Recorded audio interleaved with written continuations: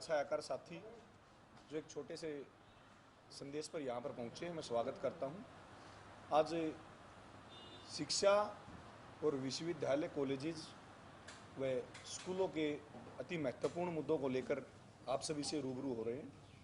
इससे पहले महामहिम राज्यपाल महोदय से इनसो का एक प्रतिनिधिमंडल मुलाकात करके आया है और तमाम समस्याएं जो हरियाणा प्रदेश में, चाहे वो विश्वविद्यालय का छात्र हो, महाविद्यालय का छात्र हो या स्कूलों के छात्र हों, जो भी फेस कर रहे हैं वो सभी उनके संज्ञान में लेके आए हैं।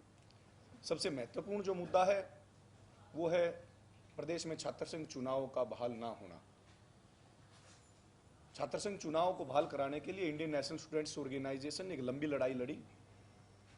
दिग्विजय सिंह चौटाला जी के नेतृत्व में इनसो के कार्यकर्ताओं ने आमरण अनशन तक किए, विश्वविद्यालयों को ताला लगाकर जो है प्रदर्शन किए, सड़कों पर उतरकर स्टूडेंट डेमोक्रेसी को बहाल कराने के लिए एक लंबी लड़ाई लड़ी थी। परंतु आश्वासन, लिखित में आश्वासन देने के बाद भी प्रदेश में छात्र संघ चुनाव प्रत्यक्ष रूप से बहाल नहीं हुए। कुछ समय बाद जो कोरोना महामारी के कारण जो पूरे विश्व में ही कहीं भी इस तरह के चुनाव पर पाबंदी लग गई थी। परंतु कोरोना महामारी खत्म होने के बाद भी छात्र संघ चुनाव का न कराना कहीं न कहीं सरकार की मंशा पर सवाल खड़े करता है। और इंडियन नेशनल स्टूडेंट्स ऑर्गेनाइजेशन हर हाल में किसी भी सूरत में हरियाणा प्रदेश में छात्र संघ चुनाव को प्रत्यक्ष रूप से बहाल कराकर रहेगी। हम सरकार को खुली चुनौती देते हैं और सभी स्टूडेंट ऑर्गेनाइजेशंस को एक निमंत्रण देते हैं मीडिया के माध्यम से कि वो एक साथ आएं इस मुद्दे पर और छात्रों के अधिकारों के लिए, स्टूडेंट डेमोक्रेसी को बहाल कराने के लिए एकजुट हों। और हम मांग करते हैं सरकार से कि तुरंत प्रभाव से हरियाणा प्रदेश में प्रत्यक्ष छात्र संघ चुनाव बहाल कराने का नोटिफिकेशन जारी कराया जाए और विश्वविद्यालयों और महाविद्यालयों में प्रत्यक्ष छात्र संघ चुनाव की डेट अनाउंस कराई जाए। और सरकार ऐसा नहीं करती तो हम सरकार के साथ आर पार की लड़ाई लड़ने के लिए तैयार हैं। इंडियन नेशनल स्टूडेंट्स ऑर्गेनाइजेशन हर हाल में प्रदेश के विद्यार्थियों को, शिक्षण संस्थानों में पढ़ने वाले युवा साथियों को उनका जो है लोकतांत्रिक अधिकार दिलाकर रही है। इसके अतिरिक्त अगर बात करूं मैं शिक्षा के स्तर की, तो हमें एक छात्र संगठन होने के नाते या इनसो का कार्यकर्ता होने के नाते हमें जरा भी संकोच नहीं है कि भाई हम हरियाणा प्रदेश में शिक्षा का स्तर गिरता जा रहा है और हमारी जिम्मेवारी बनती है कि हम इस मुद्दे को गंभीरता से उठाएं। न केवल हरियाणा प्रदेश में बल्कि राष्ट्रीय स्तर पर जो है शिक्षा का स्तर गिरा है। हम उच्च शिक्षा की अगर बात करें तो हरियाणा प्रदेश में उच्च शिक्षा के हालात काफी दयनीय हैं। उच्च शिक्षा परिषद में अध्यक्ष पद पर बैठे व्यक्तियों से लेकर विश्वविद्यालयों के कुलपतियों तक के जो है डॉक्यूमेंट्स, उनकी योग्यताएं फर्जी हैं। फर्जी डिग्रियों के आधार पर, फर्जी दस्तावेजों के आधार पर कोई कुलपति बनकर बैठा है तो कोई उच्च शिक्षा परिषद में अध्यक्ष बनकर बैठा है। अयोग्य व्यक्तियों को जिम्मेवारी दे रखी है शिक्षा की, इसलिए आज शिक्षा का स्तर लगातार गिरता जा रहा है। प्रदेश में लगातार जो है स्कूलों को बंद किया जा रहा है, शिक्षकों की कमी है, स्कूल एजुकेशन के हालात भी काफ़ी दयनीय हैं। हम सरकार से मांग करते हैं कि जल्द से जल्द शिक्षकों की जो कमी है उसको पूरा किया जाए, भर्तियां की जाएं और स्कूलों को बंद करने की बजाय उन स्कूलों में विद्यार्थियों को मूलभूत सुविधाएं दी जानी चाहिए, शिक्षकों की भर्तियां की जानी चाहिए और सभी विद्यार्थियों के लिए वहां पढ़ाई का माहौल बनाया जाना चाहिए, ना कि स्कूलों को बंद किया जाए। अगर ऐसे स्कूल बंद होते रहे तो गरीब परिवार के किसी भी बच्चे का पढ़ना नामुमकिन हो जाएगा। और इस तरीके से शिक्षा का बाजारीकरण होता रहा और इस तरीके के अयोग्य व्यक्ति जिन पर न केवल जो है भ्रष्टाचार के आरोप लगे हुए हैं, जिनकी विजिलेंस इंक्वायरियां चल रही हैं, बल्कि मैं तो ये कहना चाहूँगा कि मेरे पास आरटीआई से प्राप्त सरकारी दस्तावेज तक हैं जिन पर महिलाओं के साथ उत्पीड़न से लेकर छेड़खानी तक के गंभीर आरोप लगे हैं। सरकारी दस्तावेजों में पत्राचार जो हुआ था आरटीआई से प्राप्त, वो दस्तावेज भी मेरे पास हैं। हम ये चाहते हैं कि इस तरह के जो व्यक्ति उच्च पदों पर बैठे हैं, चाहे वो उच्च शिक्षा परिषद में बैठे हों या वो प्रदेश के विश्वविद्यालयों में बैठे हों या अन्य किसी शिक्षण संस्थान में बैठे हों, उन पर तुरंत प्रभाव से सख्त कार्रवाई होनी चाहिए। शिक्षा के मंदिरों को राजनीति का अखाड़ा नहीं बनने देना चाहिए। हमारी मांग है कि पारदर्शिता की सिर्फ बातें करने से या उच्च शिक्षा की गुणवत्ता की बातें करने से शिक्षा की गुणवत्ता में सुधार नहीं आएगा। जमीनी स्तर पर जो सरकार को काम करना पड़ेगा। और मैं ये खुले तौर पर कहता हूं कि ये सब माननीय मनोहर लाल खट्टर जी की नाक के नीचे हो रहा है। उनके चहेते लोग जो है वो शिक्षा का बंटाधार करने पे लगे हुए। उनकी क्या मजबूरी है, क्या कारण है, वो भली बात वही बता सकते हैं। हमने बार बार जो है आरटीआई से प्राप्त दस्तावेज उनको सौंपे हैं, सीएम विंडो में शिकायतें दी हैं, प्रदर्शन किए हैं, ज्ञापन दिए हैं और खुले मंच पर भी हमने कई बड़े खुलासे किए हैं। परंतु मुख्यमंत्री जी अपने चहेतों को बचाने के लिए किसी भी हद तक जाने के लिए तैयार हैं। क्या फर्जी डिग्रियों के वाइस चांसलरों के सहारे, हम उच्च शिक्षा परिषद में बैठे फर्जी लोगों के सहारे उच्च शिक्षा की गुणवत्ता में सुधार ला पाएंगे? आज हालात ये है कि हरियाणा की एक भी यूनिवर्सिटी जो है अंतर्राष्ट्रीय स्तर पर कहीं अपना अस्तित्व नहीं रखती। राष्ट्रीय स्तर की बात करें तो हरियाणा की कोई भी यूनिवर्सिटी पहले 50 में नहीं है। पहले 50 तो छोड़िए आप, पहले 70 शिक्षण संस्थानों में भी नहीं है और लगातार जो है रैंकिंग गिरती जा रही है। हम चाहते हैं कि विद्यार्थियों को पता होना चाहिए कि सरकार ने जो कुलपति लगाए हैं, जो कुल सचिव लगाए हैं, उनकी योग्यता क्या है। उसके लिए जो है सरकार को जो है सभी वाइस चांसलर जो हरियाणा प्रदेश की तमाम यूनिवर्सिटीज के, उनकी शैक्षणिक योग्यता, उनकी डिग्रियां व अन्य सभी दस्तावेज जो है उस विश्वविद्यालय की वेबसाइट पर सार्वजनिक करनी चाहिए। अगर सरकार ऐसा नहीं करती है तो हम विरोध का रास्ता अपनाएंगे, प्रदर्शन का रास्ता अपनाएंगे और जो है जरूरत पड़ी तो सड़कों पर उतरकर चंडीगढ़ का घेराव भी इंडियन नेशनल स्टूडेंट्स ऑर्गेनाइजेशन करेगी। किसी भी सूरत में दागी या चरित्रहीन या अयोग्य व अनपढ़ व्यक्तियों को शिक्षण संस्थानों में उच्च पदों पर नहीं बैठने दिया जाएगा, उच्च शिक्षा परिषद में नहीं बैठने दिया जाएगा। इन्हीं सभी मांगों को लेकर आज हम राज्यपाल महोदय से मिले थे। उन्होंने बड़े गौर से इनसो के द्वारा रखे गई सभी बातों पर, हमारी सभी मांगों पर ध्यान से सुनकर विचार किया और हमें आश्वासन दिया कि उचित कार्रवाई करेंगे। और हमें पूरी उम्मीद है महामहिम महोदय ने जिस तरीके से इतना ज़्यादा समय देकर सभी दस्तावेज चेक किए, सभी तथ्यों पर बारीकी से जो है चर्चा की, तो मुझे उम्मीद है कि जल्द ही उसके सकारात्मक परिणाम आएंगे। परंतु इसके अतिरिक्त जो है इंडियन नेशनल स्टूडेंट्स ऑर्गेनाइजेशन न केवल हरियाणा प्रदेश में बल्कि साथ लगते प्रदेशों में भी जो है अपनी कमर कस चुकी है। हम शिक्षा को बचाने के लिए, शिक्षण संस्थानों को बचाने के लिए, अपने विश्वविद्यालयों को बचाने के लिए, महाविद्यालयों को बचाने के लिए और स्कूलों को बचाने के लिए जो है आर पार की लड़ाई लड़ने के लिए तैयार हैं। मैं अन्य विद्यार्थियों से भी आह्वान करता हूं कि इस मुहिम में हमारे साथ जुड़ें और इस मुहिम का हिस्सा बने। शिक्षा बचेगी तो ही देश बचेगा। अन्य किसी साथी का कोई सवाल हो? स्वागत।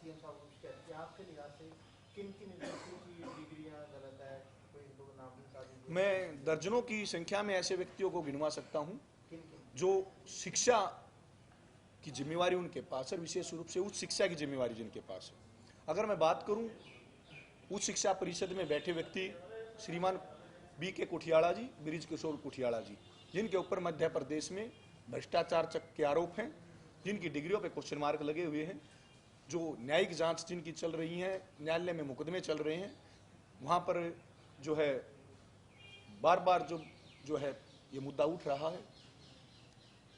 और मैं बात करूं अगर कानूनी रूप से, तो कानूनी रूप से उनको प्रोक्लेम ऑफेंडर तक डिक्लेयर किया गया है पुलिस के द्वारा। PO घोषित हो चुके व्यक्ति आज हमारी उच्च शिक्षा परिषद की जिम्मेवारियां संभाल रहे हैं। अगर मैं बात करूं महर्षि दयानंद विश्वविद्यालय के कुलपति श्रीमान राजवीर सिंह की, तो राजवीर सिंह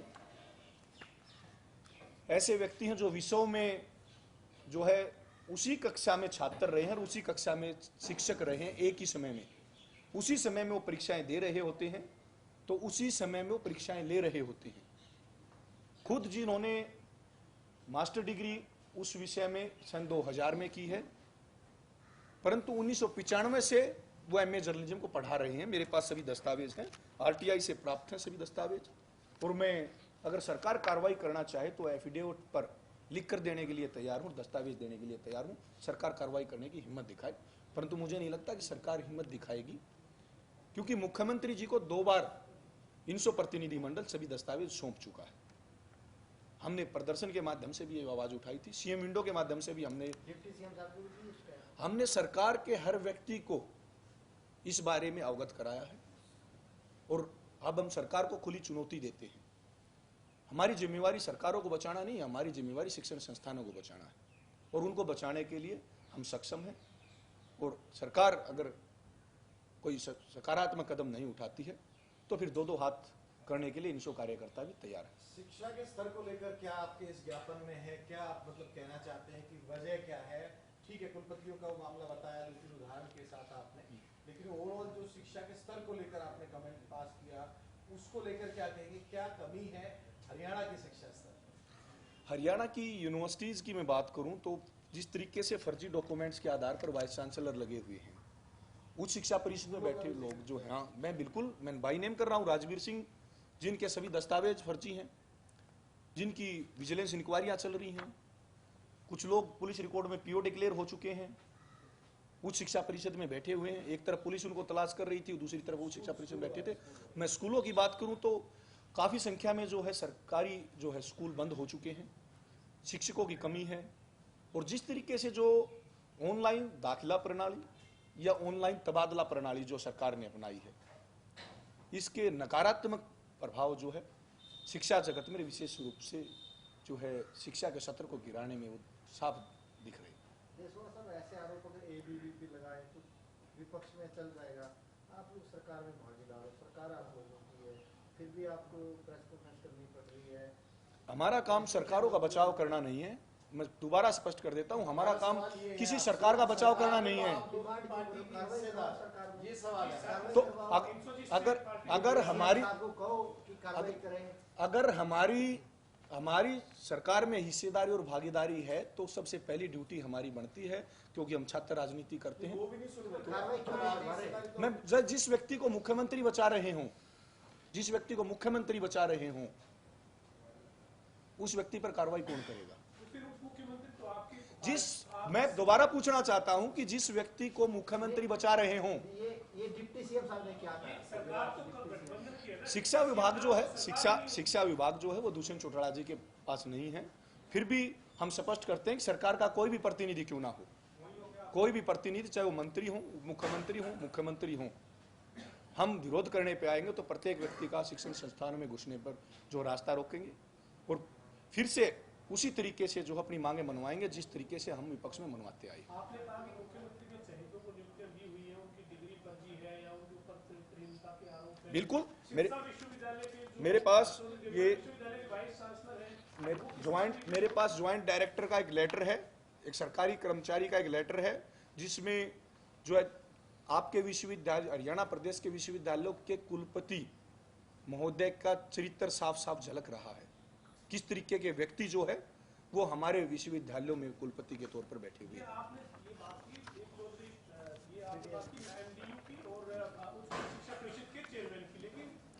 उच्च शिक्षा परिषद ही नहीं, एमडी यूनिवर्सिटी नहीं, विश्वविद्यालय नहीं, आईआईएम के डायरेक्टर की डिग्रियों पर भी सवाल खड़े हो रहे हैं। इससे बड़ी शर्म की बात क्या होगी? मैंने तो सभी कहा है, हरियाणा प्रदेश के तमाम विश्वविद्यालयों के कुलपतियों के दस्तावेजों की जांच होनी चाहिए, उनकी योग्यताओं की जांच होनी चाहिए, उनका रिकॉर्ड की जांच होनी चाहिए। कोई जो है क्रिमिनल बैकग्राउंड तो नहीं है, कोई छेड़छाड़ का मुकदमा पेंडिंग तो नहीं है, कोई विजिलेंस इंक्वायरी तो पेंडिंग नहीं है। इसीलिए हमने गवर्नर महोदय से, महामहिम महोदय से मांग की है कि उनके सभी दस्तावेज उस विश्वविद्यालय की वेबसाइट पर सार्वजनिक किए जाने चाहिए, ताकि विद्यार्थियों को पता चले। उनके द्वारा एक एफिडेविट जो है दिया जाना चाहिए कुलपति और कुल सचिव के द्वारा, जो कि वेबसाइट पर अपलोड होना चाहिए, जिसमें यह स्पष्ट रूप से लिखा हो कि क्या उनके खिलाफ कोई विजिलेंस इंक्वायरी तो नहीं है, कोई छेड़छाड़ का कोई मामला तो पेंडिंग नहीं है, या कि कोई अन्य इंक्वायरी तो पेंडिंग नहीं है। एक एफिडेविट के रूप में वो यूनिवर्सिटी की वेबसाइट पर अपलोड होना चाहिए। कुछ भी अनैतिक होगा, कुछ भी अनैतिक होगा, कुछ भी अनीति होगी, गठबंधन में सरकार है, तो क्या डिप्टी सीएम जो लोग सरकार में बैठे हैं, जो विधायक हैं, जो मंत्री हैं, मुख्यमंत्री हैं, उन लोगों को आगे आकर कार्रवाई करनी चाहिए। मैं तो ये कहूंगा 90 के 90 विधायकों की जिम्मेवारी बनती है कि इस प्रदेश की शिक्षा व्यवस्था जो चरमरा चुकी है, मुझे कहते हुए कोई संकोच नहीं है, कि अगर ऐसे ही हालात रहे तो गरीब का बेटा ना स्कूलों में पढ़ पाएगा, ना कॉलेज में पढ़ पाएगा, ना यूनिवर्सिटी में पढ़ पाएगा। हम एक स्टूडेंट ऑर्गेनाइजेशन के कार्यकर्ता हैं, उसके लिए हम जिम्मेवार नहीं हैं। हम अपनी जिम्मेवारी बखूबी निभा रहे हैं। आज यहाँ बैठकर इस मुद्दों को उठा रहे हैं। आज जो हम सड़कों पर उतरकर इस लड़ाई को लड़ रहे हैं, आरटीआई से दस्तावेज जुटाकर गवर्नर महोदय से मुलाकात कर रहे हैं, मुख्यमंत्री से मुलाकात कर रहे हैं, सड़कों पर उतरकर प्रदर्शन कर रहे हैं, ये हमारी जिम्मेवारी है। और हम अपनी जिम्मेवारी को एक स्टूडेंट लीडर होने के नाते जो है, हमारा काम सरकारों को बचाना नहीं है। सरकारों का बचाव वो लोग करें जो सरकारों में है। हम छात्र संगठन के व्यक्ति हैं, हमारी ड्यूटी जो है वो शिक्षण संस्थानों को बचाना है, इस प्रदेश की शिक्षा व्यवस्था को बचाना है। हमारा काम सरकार को बचाना नहीं है। विद्यार्थी अपने वाली पे आए हैं तो उन्होंने सरकारों को उखाड़ कर भी फेंका है। जब विद्यार्थी आए हैं, विद्यार्थी अपने वाली पे आए हैं तो सरकारों को उखाड़ कर भी फेंका। विद्यार्थियों ने अपनी खुद की सरकारें भी बनाई हैं। हम पूरी सरकार, हम इस मुद्दे को पूरी सरकार के सामने रख रहे हैं और विरोध करेंगे तो पूरी सरकार का करेंगे। हम अपने घर से ही शुरुआत करें। हमारे घर इस प्रदेश के शिक्षण संस्थान हैं। हम जो हमारे शिक्षण संस्थानों में जो हमारे शिक्षण संस्थानों में जो अयोग्य व्यक्ति बैठा रखे हैं, हम हाथ पकड़कर उनको बाहर का रास्ता भी दिखाने में सक्षम हैं।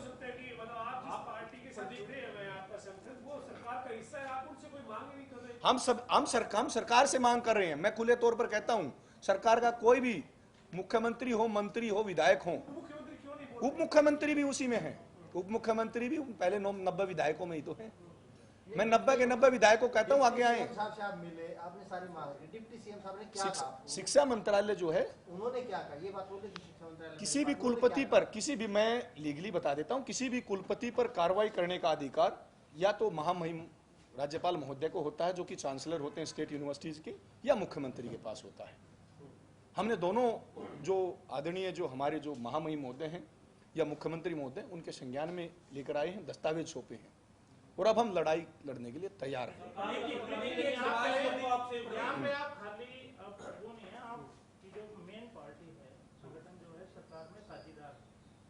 आप क्योंकि जो ऐसी बात कर रहे हैं, आपको अपने नेताओं को भी बताना है। आपके नेताओं का क्या रवैया है? क्या उन्होंने कहा कि हम बात उठाएंगे आपसे आगे? क्या उन्होंने आश्वासन दिया आपको? अगले विधानसभा सेशन में आपको दिख जाएगा कि कौन आवाज उठाएगा और कौन जो है मांगे मनवाएगा। जिस दिन चंडीगढ़ आएंगे इस प्रदेश के विद्यार्थी, उस दिन सरकारों को भी पता चल जाएगा, विपक्ष को भी पता चल जाएगा और मीडिया के साथियों को भी पता चल जाएगा। राजनीति से बाहर निकल के आपने पिछला चुनाव भी लड़ा था, कहीं ना कहीं गठबंधन की जो पेच है या दरार है वो भी सामने आती है। पुराने चुनाव हो या हो, आप भी चुनाव लड़ चुके हैं। मैं दावे के साथ कहता हूं, मैं दावे के साथ कहता हूं, मैं चैलेंज करता हूं मीडिया के माध्यम से, सरकार तो छोड़िए, अगर विपक्ष का नेता भूपेंद्र सिंह हुड्डा भी इस मुद्दे पर एक शब्द बोल जाए तो, उनके पुत्र जो है सांसद है, नौजवान साथी हैं भाई दीपेंद्र जी, एक शब्द अगर बोल जाए तो मैं चैलेंज करता हूं खुले मन से। जब कोई व्यक्ति, जब सरकार, जब जनता के चुने हुए प्रतिनिधि, मुद्दा तो उठाया जा सकता है। किसने उठाया है? किसने उठा, मैं आपसे पूछना चाहता हूं, किसने उठाया है? तो सरकार में क्या इंडियन नेशनल स्टूडेंट्स ऑर्गेनाइजेशन सरकार में है? नहीं, इनसो, मैं स्पष्ट कर देता हूं, इनसो सरकार में नहीं है। मैं स्पष्ट कर देता हूं, इनसो एक छात्र इकाई है। मैं स्पष्ट कर देता हूं, इनसो एक छात्र इकाई है। जो है हमारा उद्देश्य जो है प्रदेश में शिक्षा व्यवस्था को दुरुस्त करना है, सरकारों का बचाव करना हमारा उद्देश्य नहीं है। आपने ये कहा कि मुख्यमंत्री के संरक्षण में ये जो है बिल्कुल बिल्कुल इन पे मुकदमे हैं। आपकी जो क्या कहते हैं राजनीतिक पार्टी है वो समर्थन कर रही है बीजेपी का, सरकार दोनों सरकार चला रही है प्रदेश में। आपने कहा किसी भी हद तक हम जाएंगे, आंदोलन करेंगे। क्या मुख्यमंत्री को, डिप्टी सीएम को आप ये कहेंगे कि अगर ये हमारी मांगे नहीं मानी जाती, सुधार नहीं होता, समर्थन वापस ले? गवर्नर महोदय से मिलकर आए हैं। अगर जल्द कार्रवाई नहीं होती तो घेराव करने जब चंडीगढ़ आएंगे तो न केवल मुख्यमंत्री, उप मुख्यमंत्री महोदय, शिक्षा मंत्री या तमाम मंत्रियों के जो निवास स्थानों का घेराव करने से इनसे पीछे नहीं हटेंगे। समर्थन वापसी की बात करेंगे, क्योंकि अगर समर्थन वापस हो जाता है फिर संरक्षण भी नहीं रहता, सरकार भी नहीं होती है। हम हर वो काम करेंगे जो इस प्रदेश के शिक्षण संस्थानों को बचाने के लिए जरूरी होगा। जायसवाल जी, आप एक बात समझिए, इसमें जो हम सारे लोग जो कहना चाह रहे हैं, आप कह रहे हैं हम प्रदर्शन करेंगे, हम घेराव करेंगे, अगले विधानसभा में हम ये कर देंगे, छात्र आ जाएंगे, आप ही ने मुद्दा उठाया, ठीक है, आप इसका श्रेय लीजिए, लेकिन आपको सरकार में आपके जो प्रमुख नेता है, प्रमुख पार्टी है, जिससे वो आपसे- मुख्यमंत्री पद पर वो बैठे हुए हैं, अगर वो अपने तमाम अपनी जो पावर्स है उनको लेकर के राज्यपाल पे मुख्यमंत्री पे जाए तो आपको इस सबकी जरूरत ही नहीं पड़ेगी। मैं कानून का छात्र हूं, आपको स्पष्ट कर देता हूं, किसी वाइस चांसलर पर कार्रवाई करने का अधिकार जो है वो दो ही व्यक्तियों को है, या तो चांसलर महोदय, महामहिम महोदय को, या मुख्यमंत्री को। नहीं कर कार्रवाई करने का अधिकार जो है, वो दो ही व्यक्तियों को है। जिस प्लेटफॉर्म पे बात ले जाएंगे उस पे प्रदीप देशवाल शायद ना ले जा पाए क्योंकि वो सरकार में है। हम चंडीगढ़ में आज खैरात मांगने नहीं, अपना अधिकार मांगने आए हैं, और अधिकार मांगने नहीं, छीनने भी आएंगे। हम बहुत जल्दी छीनने आएंगे। इसकी जरूरत क्यों पड़ रही है? हम जरूरत इसलिए पड़ रही है ना, जरूरत इसलिए पड़ रही है क्योंकि शिक्षण संस्थान खतरे में है, शिक्षा व्यवस्था खतरे में है। तो ये जो पार्टी आपकी जो पार्टी है उसमें सबसे ज्यादा छात्र रहे हैं, सबसे ज्यादा युवा रहे हैं। युवाओं ने इस प्रदेश में सरकार बनाई नहीं, सरकार गिराई भी है। छात्र नेताओं ने सरकारें बनाई भी है, सरकारें गिराई भी है, और अपनी भी सरकार बनाई है। तो आप एक मेरे सवाल का जवाब दीजिए, अगर क्या हमें यह मुद्दा नहीं उठाना चाहिए, क्या हमें नहीं बोलना चाहिए? मैं आपसे ही पूछना चाहता हूं, क्या नहीं बोलना चाहिए? एक स्टूडेंट ऑर्गेनाइजेशन होने के नाते, इस प्रदेश का एक शिक्षित नौजवान होने के नाते, क्या हमें जो चरमरा चुकी है शिक्षा व्यवस्था, क्या हमें यह मुद्दा नहीं उठाना चाहिए?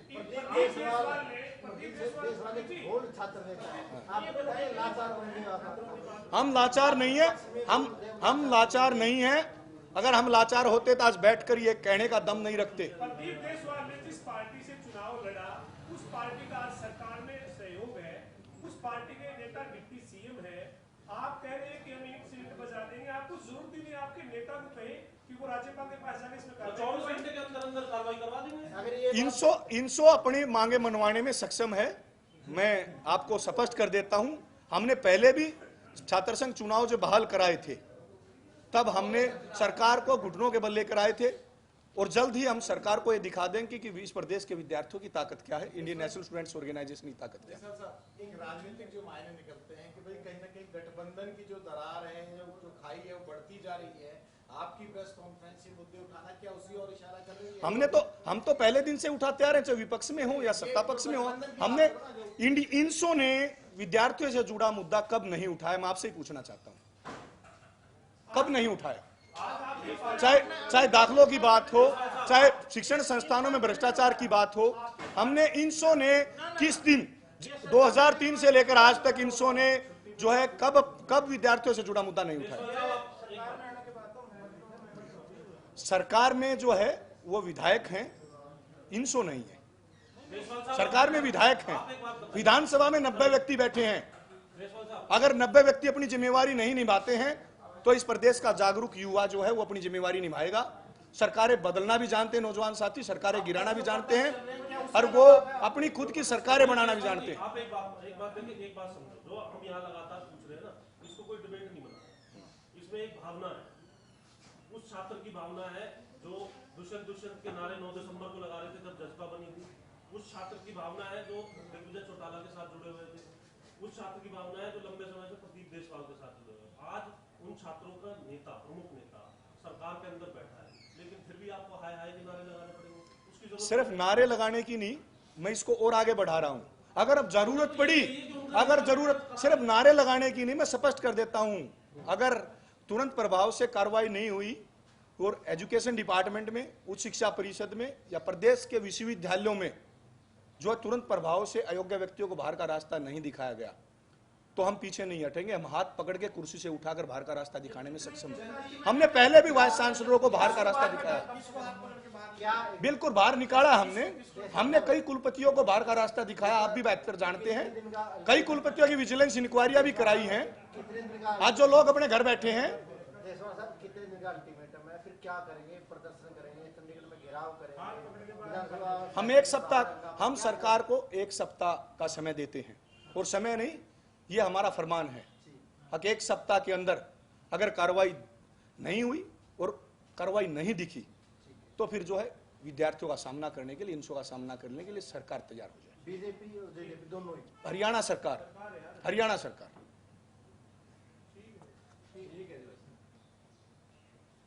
आप एक पहले कह सकते हैं, एक हफ्ते के बाद तो इतना